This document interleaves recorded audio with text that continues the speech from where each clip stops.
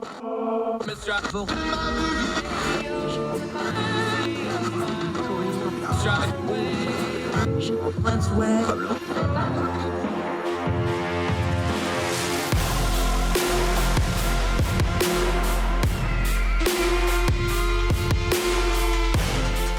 to Hertel. This is our buddy Dennis Saunders, one of our favorites, one of our go-tos.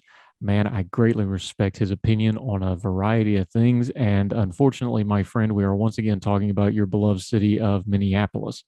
Yeah, I would like to sometime come on and not talk about any type of police shooting because there's a lot of other things going on in Minneapolis. Let's just start right there, though, because when we talked about other issues up there with you, George Floyd, Chauvin, even the stuff that happened in Kenosha, which was adjacent to that. There was an environmental element to that. We went into the back history. I don't want to rehash it all here, but this keeps happening in Minneapolis for a reason, does it not? I think it does. I think part of it is that the police department has long had a history of problem cops that they haven't really dealt with. I think a lot of that has had to deal with the police union. And I think to top it all off with that is dealing kind of with the racial element. And that's also been there. It's been a kind of a long-standing part of it. So until those two things are addressed, this is going to keep happening. All right, Amir Locke, this is the new one. Before we get into the details of it, how has it landed in the city? You're there. You're a writer, but you're also a pastor in the community. So this is where you live, work, and eat and play. How's the community taking this one?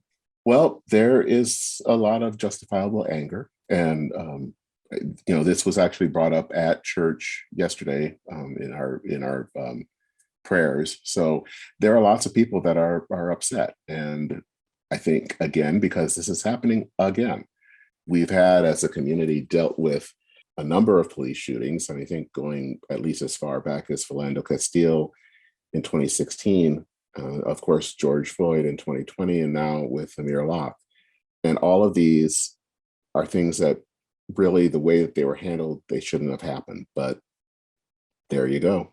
From my perspective, I phrase it this way. You tell me if I'm off base though, but with what we know now, and this is early and these things always change as we go, but what we know right now on the Amir Locke shooting, killing. Let's just call it a killing. This feels to me almost like we took the worst parts of Philando Castile and the worst parts of Breonna Taylor, and it's almost like they've been combined here because we have a legal gun owner, we have a no-knock warrant into a home. We have now, I think, sufficient evidence to say that the way they went about getting the warrant was suspect at best. This seems like it's those two things at its worst. Is that how it's landing with the community there? I think it is. I think because Breonna Taylor, I think is sooner. People are bringing that up, but I think it's a combination of both. One of the things that's been interesting, and if there is a silver lining, is that you've heard statements from the Minnesota Gun Owners Caucus, basically chastising the police and talking about Amir Locke as a legal gun owner. That was something that didn't happen with Philando Castile. They never brought up the fact that he was a gun owner, or a lot of gun rights groups never brought that up. Of course, we're still waiting for the NRA to talk about that, but of course, they're busy these days. But I think that is a positive, is that we are kind of seeing this as this is someone who is a legal gun owner. He wasn't doing anything wrong. He had a right to carry a weapon and got shot. And it's kind of happened again. The other thing I think that is important to talk about is the fact that the whole background about this was about a murder investigation that took place that was being handled by the St. Paul Police Department. And so St. Paul was asking Minneapolis to check on this. And St. Paul expressly said, do not do a no-knock warrant. And Minneapolis decided just to go right ahead. They thought they knew better. They had they knew the situation. But I think that that's what's also frustrating is that Minneapolis police did not even listen to their uh, sister police department across the river. Is there been, and it seems weird to ask this in the light of what has just happened, but has there been a noticeable change in the Minneapolis Police Department? I know there was leadership changes. I know there was a lot of lip service, but has there been a noticeable change in the police department in the last year, 18 months? I would especially since the Chauvin verdict, and then we have the ongoing trials with the other individuals. But is there any palpable difference in the police before this happened, or is this just come up and everybody's going, wait a minute, nothing's really changed? It's pretty much the latter. Nothing's really changed. Now, there could be some reasoning for that because, of course, the federal government is looking at the police department and seeing what type of civil rights violations have taken place. So they may be waiting for that. But there still should have been something done. There was a lot that could have been done, and it hasn't. And I think that that's bad for a lot of reasons. It's bad because, last year there were lots of people who wanted to basically do away with the police department. And, of course, we need a police department, but we need a police department that's going to be reformed and that's going to be acting better, and that we're not, especially for me as an African American, not afraid that they're going to shoot you. And, that's where we are right now. Yeah, we're talking to our friend Dennis Saunders. He's up in the Minneapolis, St. Paul area. He's not only a writer and a good friend of ours, he's also a pastor in the community, so he knows this community well. I'm glad you brought that up because one thing that really seems to bother me about this is since we went through all the stuff with George Floyd and then all the other things that happened subsequent to that, we all, I feel like we wasted yet another opportunity to actually talk about these issues. And the way it gets wasted is everybody runs to one extreme or the other, either Mhm. abolish the police and all police are horrible, which we know just objectively isn't true. And and then the right will run the other way and they get on the rampart of, well, the police have to be backed no matter what. Mhm. And as far as I can tell from what I study and learn about this subject, both of those are equally going to get people killed. Yeah, it is. Because I think what, like, especially with you to defund the police, what that does is that it basically stops the argument. I mean, stops any type of reform or any talk, because then everyone's just talking about that one issue, whether we want to get rid of the police or not. And the same thing when it's, the other way around on the right, is that everyone's focused in on the extremes and they're not focused on the issue at hand.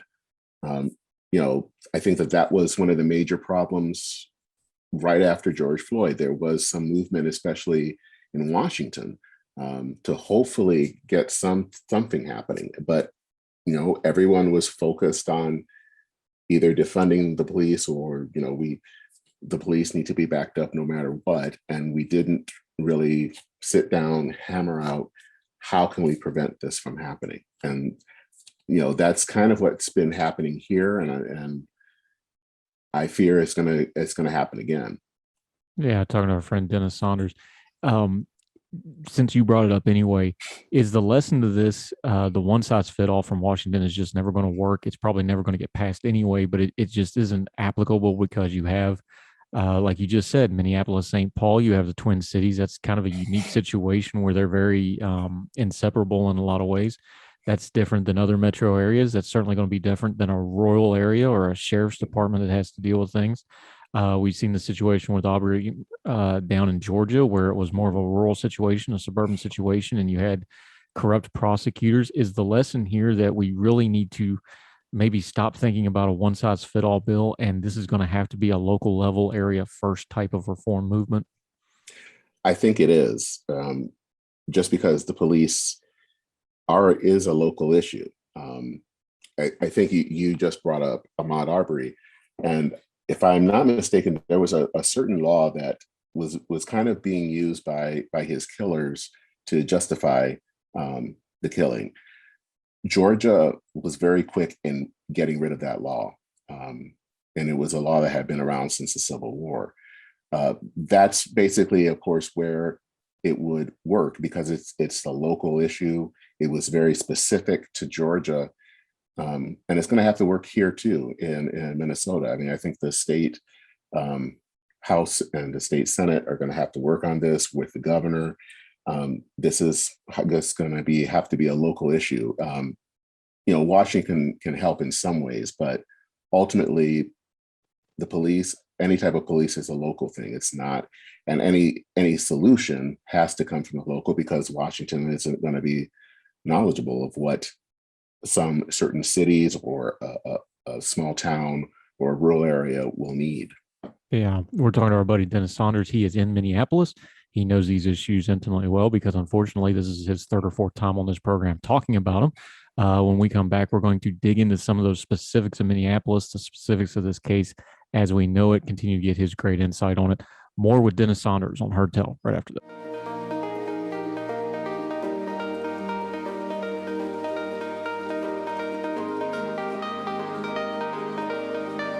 Welcome back to Heard Tell.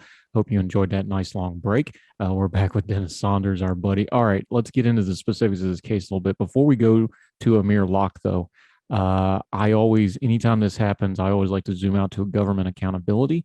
The police is the armed enforcement wing of the government. So if you're a government person, that includes the police. Let's start with the mayor. I have not been impressed. I wasn't impressed when he did his street dancing routine and basically got shouted down by the mob during the George Floyd protest. I was not impressed with what I saw at the podium a couple of days ago in the aftermath of this.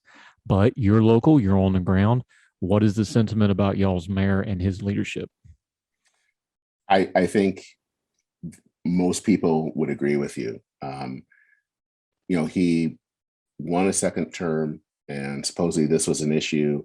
No-knock warrants was an issue that he wanted to tackle. And as far as we know, he hadn't done anything yet. And now for that to happen, it doesn't look good for him. It basically shows poor leadership on his part. And, we need someone that is going to basically, I think, be willing to say to the police department, this is what you got to do, and not take no for an answer. And, I don't think he has every power available to do something, but he does have at least some type of moral power. And I think right now he's not really showing that. Yeah. And one thing and again, we're just working off the information as we have it now. These cases, of course, there'll be an investigation. There'll be more things come out. But as it stands right now, the part that really smells bad to this case so far is it sure looks like not just that they got a no-knock warrant, but it looks like they went no-knock warrant shopping to get it. That's, I think, the thing that is, I think, annoying is that they wanted to do this. Even though, especially as I said earlier, St. Paul said, do not do this. This is something they wanted to do. I don't get that. If you're so, did they not think that doing this what the consequences were? Obviously they didn't. Obviously they did not care about the consequences because they wanted to get their way and they didn't care what was going to happen. Yeah, and of all people, the Derek Chauvin judge is the one that actually signed off on this thing just to really make it complicated. Yeah. Here's where I'm at on it, and then I'll get your thoughts on it. I don't go so far as to say you need to ban no-knock warrants because there's probably some situations you need it. I think the standards should be really, really high. I think this should be a really hard thing for the police to get. I don't like what I'm reading and understanding of this situation because it seems like they went shopping to get it. They had a no-knock warrant for multiple locations. The person that was shot was not on any of these warrants. He wasn't wanted for anything as far as anybody can tell. He was a legal gun owner. But a no-knock warrant surely should not be a fishing expedition. And when you get one for 3 locations, that sure sounds like a fishing expedition. You should not be doing the most dangerous situation you can put a police officer in as a fishing situation. Am I wrong in laying that out? Was there anything inaccurate there? No, I don't think there's anything inaccurate there. Let's think about this for a moment. A no-knock warrant is basically, it's probably one of the most extreme things that a government can do because you're basically saying that the government can trespass on your property. They don't have to announce themselves. They are coming in with lethal force. At the very least, that seems to be something that you want to handle with some sense of caution, and that wasn't done here. Minneapolis, I think the police department was incredibly careless, if not callous, in how they were handling this. Now let's get to the gritty part of this. When they go into it now, there's some discrepancy on what the actual lapse time here is, because the release video is slow mode, one to keep it from being too graphic, and two because they're hiding the voices until the investigation's complete. I understand all that. So somewhere in the neighborhood of 8 to 10 seconds from taking the door, the shots are fired. There's two issues at hand here. One is we all understand that if the police are coming in with guns drawn and somebody picks up a weapon, they're going to get shot. Mm-hmm. My concern here is twofold. One is he had a right to be in that home with a gun. He was licensed to carry that gun. Even if he wasn't licensed, he would have had a right to have it in the home. And he was not wanted. And two is the situation where they were coming in guns drawn at the ready was completely set up by their own hand. And as we talked about before, under suspect circumstances, I get the police officer pulling the trigger in the situation, but the entire situation to me was built up and escalated once again by the police. And therefore, the accountability on this is all on the police to explain it. And I think they should be held accountable for it. I do not disagree, but this is one of the problems here in Minneapolis, is that in many ways the police is not accountable. They have done whatever they feel is correct. Where there have been issues with police, and in fact, the person that did shoot Amir was someone that had a record of problems. That person should not have even actually been taking part in that no-knock warrant. Not that I think that should have happened at all, but if you're going to have it, you don't want someone that has had several complaints already. And again, this shows kind of the ability of the police to not, basically to say that they don't have any accountability at all. They feel that they are a law unto themselves. And that's not a good thing for our city, because as I said, we do need a police. We're a large American city. Crime does happen. Crime has increased in Minneapolis. We need to have a police. But as I like to say, I want to have a police, but I don't want to call the police and worry about if they're going to shoot me. And I think that's kind of where we're at right now. The other problem I have with this is, and I'm going to quote our buddy Will Truman, who's also our boss at Ordinary Times when we write there. Mm-hmm. He wrote one of the best articles I've ever read on this. It's called Hollow Points and Hollow Rights. And he just lays it out bluntly. It's like, it's not a right if the police don't have to respect it. And I saw two rights violations here. I see the right of them coming into the home on the no-knock warrant that it sure looks like it's suspect, especially when we start looking into the people that are involved and that they had violence issues already. We'll see how that plays out, but that sure looks like there may be some connectable dots there. And he had a right to have that weapon. 8 to 10 seconds of reaction time from a dead sleep. The man reached for a gun. I can't get right with that. There's no police procedure for that. And when you put together that they shopped the warrant, nothing about this feels right. I'm going to go back to like the George Floyd thing and the Breonna Taylor thing and the Ahmaud Arbery. There's nothing when you look at this objectively that feels right. And therefore, there's just nothing common sense wise that justifies it on the face of it. I just can't get there. I mean, is that where you're at? Yes, there is nothing that justifies this. Now, I understand that the police have a dangerous job, and there are cases where I think that they are wholly justified in using lethal force. But the situation that this was handled, there was no need for this. There was no need to just come in, and then basically that they set themselves up for this, in that they barged in to someone who is fast asleep, wakes up, and doesn't have a whole lot of time to react, and probably just basically as a reaction just reaches for his gun and immediately is killed. There was no reason, no thought put behind all of this. It was just basically, let's just rush in, we'll just get who we need, and that's it. As I said earlier, this is something that I think was careless, But on top of that, I think it was also callous. I don't think that the police department gave a damn who was there and who was going to get hurt. Yeah. I think a lot of the problems when we're talking about these criminal justice issues is we've done too much othering. The criminal and the police officers. I said it on this program a couple of days ago. A few people got upset, but that's okay. Send tweet, as the kids say. You cannot tell me you care or love about something if you don't hold it accountable. If you care about justice and criminal law and order and the police, and I do care about the police because we need them, you have to hold them accountable.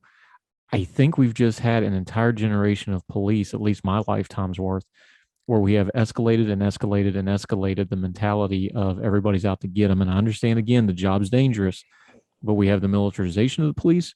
We have this escalation of a police mindset of shoot first, shoot second, shoot third, and then if anybody's left alive, ask some questions.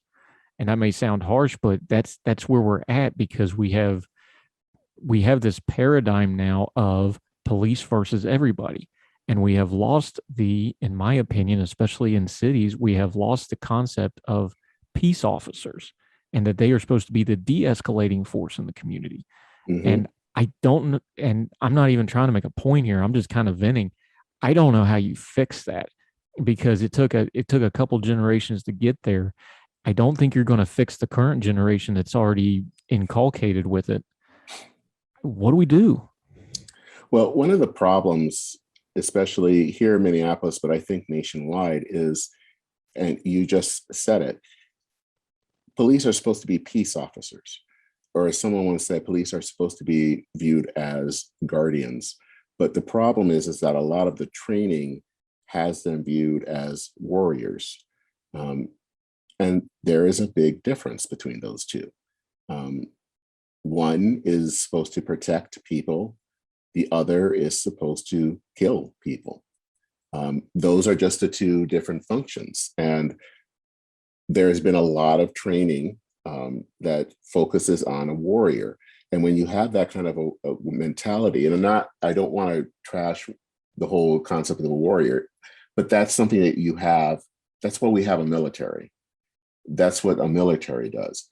A police, that's not what you do. And when you have that type of mentality taking place among the police, this is what you get, is you start to see people as combatants, not as citizens, and to look at them and realize and find ways of, as you said, to de-escalate situations, not to come in guns blazing. Yeah, I think it's sad as somebody who's had some of that real training.